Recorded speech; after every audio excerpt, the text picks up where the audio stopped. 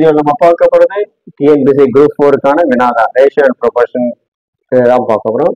Find the value of x if 5x plus 15 is to 2x plus 3 equal to 10 is to 3 கொடுத்துட்டான். இப்போ x ஓட மதிப்பு கண்டுபிடிக்க சொல்றாங்க. எப்படி கண்டுபிடிக்கிறதுன்றத பார்க்கலாம். ஓகே, சொல்யூஷன் 4 ஆப்ஷன் கொடுத்தா எந்த ஆப்ஷன்ஸ் கரெக்ட்னு பார்க்கலாங்களா?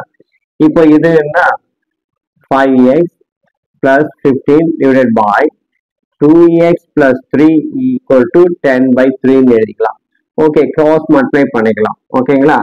that's equal to இது இதோட multiply பண்ணா என்ன வருது பாருங்க, 5x plus 15 into 3 equal to 10 into 2x plus 3 equal, இப்போ பாருங்க 15x plus 45 equal to 20 plus 30, 20x plus 30. இப்போ x ஒரு பக்கமா எடுத்துட்டு வந்துருங்க.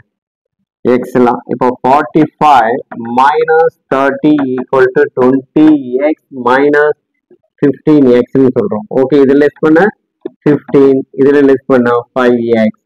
x ஓட மதிப்பு தானே கேட்கிறோம். அப்போ x equal to 15 by 5, இதை கேன்சல் பண்ணா 3. that implies x equal to 3 தான் சரியான விடை. அப்போ எந்த options correct? A is the correct answer.